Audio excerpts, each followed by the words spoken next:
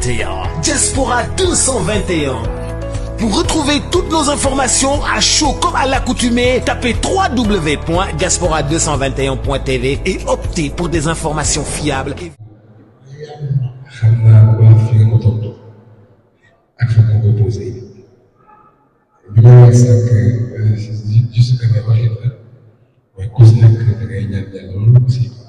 C'est pour une raison et que nous, Inch'Allah, ci liggéey bi la bokk mais sama liggéey force il faut ñu def ko ñu jëlee loolu lay jëm sa pour ko wër Inch'Allah tey ni ko waxee mu ci bopp kii damaa kii ñu ci bopp kii ñu ngi bëri kii nga xam ne mooy rafet yaa ko sànq ñu fi gis Nigéria yi Congo yi France ñëpp mën na fi te xam naa ne yéen a ngi koy leen fi waaw moom tamit li daal kii dafa amul passion amul wàllu nag mais bientôt incha allah li nga wax yëpp li nga ñaan yàlla suñu kanam dañ ko def aussi benn deuxième convoqué. waaw li def je pense que li nga posé comme question mooy pour Kéba samay idée yi nga xam dama ko am pour moom su ma ko waxee daa ma yow da nga ëppal. dëgg la daa ma yow doo tey li nga wax mooy la parce que xam naa ko soo gisee moom dañuy def suñu bopp ànd ak moom liggéey moom dama ko suivre pendant 10 ans xam dëgg moo xam ne moom sax xamul moo tax ça m'a pas surpris ba ñu waxee immédiatement ma toog manager ñëw ci administratif 34 ñu toog waxtaan ak yow ñoom ñu xamoon ne bii yéen est-ce que xam ngeen teel ma toog nopp rek manager bi naan ma kii de li nga wax su ko déggee da koy def parce que xam naa ko te nu mu war a prouver sax moom ci boppam sax c'est xëy na moo doon artiste ba nga xam ne dafa teey dafa calme moom Kéba lépp loo ko waxee rek moom nañ xaar moom noonu lay doxee man na je suis obligé parfois sax di forcer lépp lu mu am ci moom nii force nga mais bu dee moom rek da daan noonu lañ teey dañ def nii donc noonu lay doxee donc xeebuñu ko nag parce que xam naa ne ki ma àndal ko yaa ngi dégg yàlla moom fi nga toll fan xawoo lu ma ci xam ku ne pare nga ni waaw di di suma frère am na ko yow pare nga ni yéen a ngi sant sama mbéy sama def dégg yàlla nga ne nii nga néegal non di di suma frère man moom depuis France la mu yàgg ñu débuté suñu carrière foofu en France tey li ngay wax ni si côté international muy man muy moom lu mu soxla mën nañ ko def mën nañ ko apporter dëkk bi mais Sénégal mooy demee noo xam ne parfois xam nga yaa ngi gën a xam ne peut-être showbiz nga nekk ah donc roko tey soo gisee présence bi bu ñëw fii war na ma rek ni immédiatement ne ko noonu dañuy def noonu damay ñëw parce que lu maa ngi noonu dundee récemment ba muy tëgg Viviane ma nekkoon beneen dëkk ba mu ñëwee ma xam ne moom moo organisé dama jël affaire en charge ba mu ñëwee fekk ma foofu ma ko joxaat waaw moom yàgg nañ liggéey parce que ay frères leen ay compatriotes leen donc loolu ñuy doxal nag moom xam naa mbébétam ak ambition bi ñuy def te ñu mu yore ci ginnaaw doon ay Sénégalais di liggéey nag moom loolu kese war na tax tey ñu jàppale ko donc c'est vraiment parfois difficile ndax là récemment mu am ku mel ni Touba nga xam ni Stade de France la dëgg donc Stade de France vous imaginez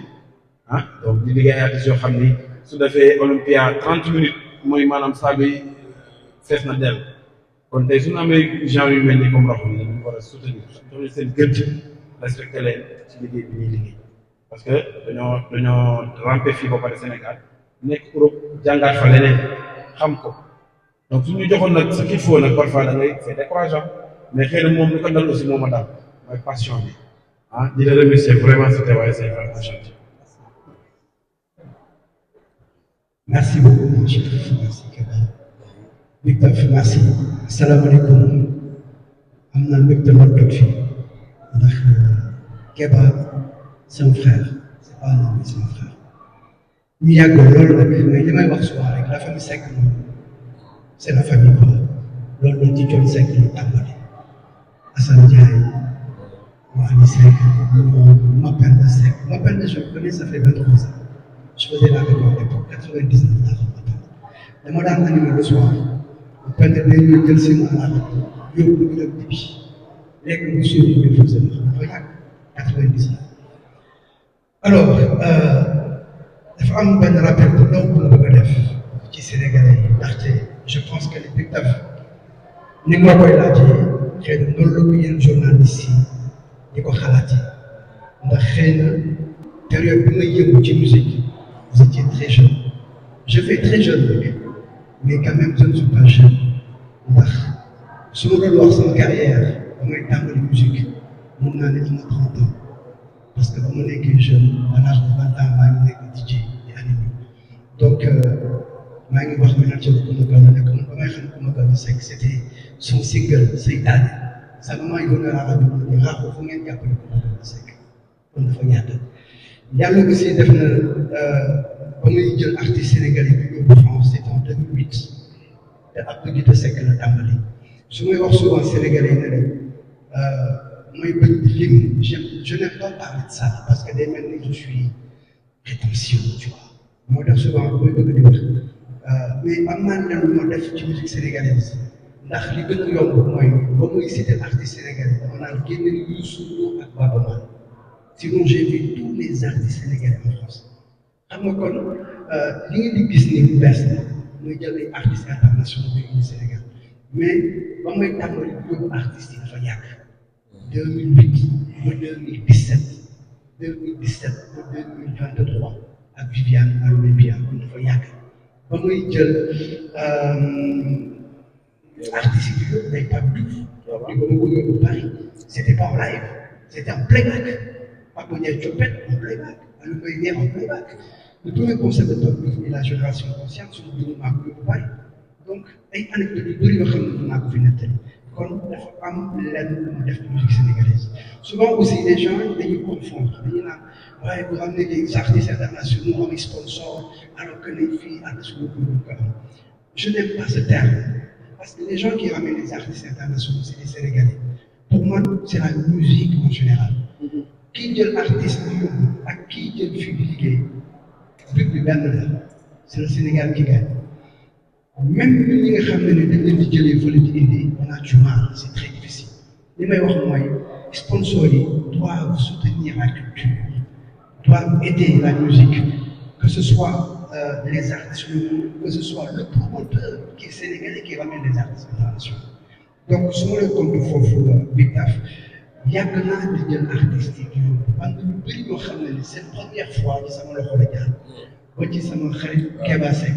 yóbbu naa ko ñaari yoon France première fois c'était en playback deuxième bi ak groupe tu vois dip nga gis bi ngeen di gis maa ko di ko yóbbu Paris Sidi Diop maa ko di ko yóbbu France et cetera Assane Ndiaye je l'ai fait pendant des années Viviane je l'ai fait bi mooy deuxième fois mu ko yóbbu John Seck je l'ai fait minimum 4 fois à Paris ba may jël John Seck mu yóbbu ko boole kenn xam ko tu vois donc c'est des exemples et des exemples dont je peux donner te loolu donc jël ak ñoom di voyager di dem France di dem Italie di dem Espagne di dem un peu partout kon loolu nit bu koy def ba pare bàyyi France ñun ne war naa mën a apporter dara Sénégal kon combat bi fii donc faut pas que les gens minimisent ça et puis souvent dañu naan pourquoi tu n'organises pas les artistes locaux pourquoi doo def artistes locaux yi lii moo tax parce que dama naan mënu ma jël toute la place est-ce que yéen a ngi imaginer je prends les artistes internationaux je les ramène dans mon pays je prends Kéba Seck mu dëgg moom Cheikh ka lay dëgg kenn ki nga xam ne Sénégal nag ka lay dëgg si je prends toute la place dama ne man maa ngi jéem ci sama wàll maam Cheikh mu ngi jéem ci artiste am beneen promoteur mu ngi jéem ci artiste bi mu yor kon il faut ku nekk am leen loo ko bàyyi je ne peux pas tout faire et je peux si je voulais mais dama ne non naa bàyyi sama gars yi aussi ñi nekk fii mën a am seen place ci musique sénégalaise bi loolu rek moo tax mais jël artiste sénégalais yi tamit ci man fii Sénégal moo gën a yomb ci man mais dama ne chaque chose à son temps et puis ku nekk aussi bàyyi ko mu def li mu bëgg a def mais li tax ma ñëw fii Kéba la c'est mon frère dégg naa question bi ngeen ko posé lan moo tax maam Cheikh maa def ko xel moo tax ñu ko expérimenté ci man c'est un bon jour le fait de pouvoir faire déjà à l'esplanade non à la salle parce que Kéba joué pour l'esplanade Keba génnewul album Keba joué dans une grande salle pour moi il a confirmé ñu jënd ci benn salle bi def 800 places 2 semaines avant ñu le billet jeex na. 2 jours tu vois donc loolu déjà ça montre que ne Keba sénégalais bi ko bëgg Keba dafa ràmb ak fii c'est l'artiste le plus modeste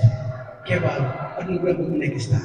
Keba bu doon ay discours doon sax da nga koy gis ak caraxam mu wax nii parce que loolu la yàlla def ci moom dafa mbabat dafa am fu mu jaar ci coon jaar ci Assane Ndiaye salaam xam kooku star jaaxul moo tax moom yàlla moo ko jox li mu am tey nañ ko ñaanal yàlla fan bu gudd ak wér ndax il a beaucoup de choses à faire pour la musique sénégalaise. jërëjëf sincèrement mais boy merci beaucoup il a raison moom nga njëkk a yëngu ne sax France au Titan mu def boo demee dégg Titan bi mu dem def playback mu neex loolu respecté tous ses engagements oto ba neex loolu lay sax mais restaurant bu mu mus na restaurant laa doon xew su ma waxee ba doxal man bëgguma comme mbir man soxla rek dama bañ doxantu léegi ma xam sama bopp hôtel restaurant soir comme xamee naa ko foofu la yem merci beaucoup deuxième fois ñu aussi montré on a des compris avec tout le monde jërëjëf def ci xaalis bu bari vraiment merci beaucoup fu ma toll naa c'est toi. waaw d'abord ñu ngi sant yàlla julli ci Muhammad sallallahu alayhi wa sallam sant suñuy wéjur sant bu baax Sëriñ Tuubaa Xaadimu Rasuul sant suñu bunt ci kër Sëriñ Tuubaa muy Sëriñ Mbàkke Madina waaye Sëriñ Cheikh Ahmadou Mbàkke ñuy ñëpp kilifa diine yëpp kilifa aada yëpp di jox yëpp seen yéeguwaay ak seen wàcc di kontaan nag ci tey fii ci conférence de presse bi sama doom sama rak muy suñu caat muy Alaaji Keba Seck di wax ni sa question boobu ñun suñu papa yi dañuy yar ak suñu yaay ñun xamuñu wane yaradiku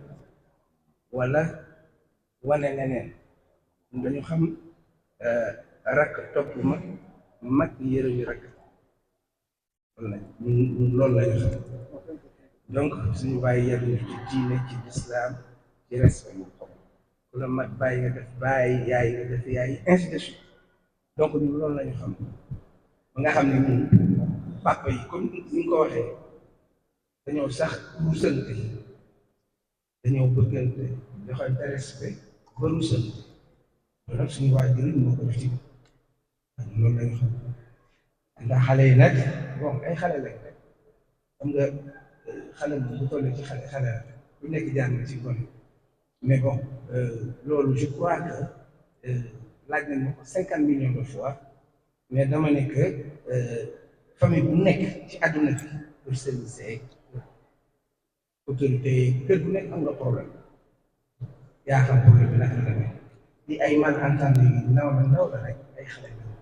on va leur faire revenir à la raison et jërëjëf donc kon xam naa ni rek da ngeen fekk. Diaspora 221. Pour retrouver toutes nos informations à chaud comme à l'accoutumée, tapez www.diaspora221.tv et optez pour des informations fiables et vérifiées.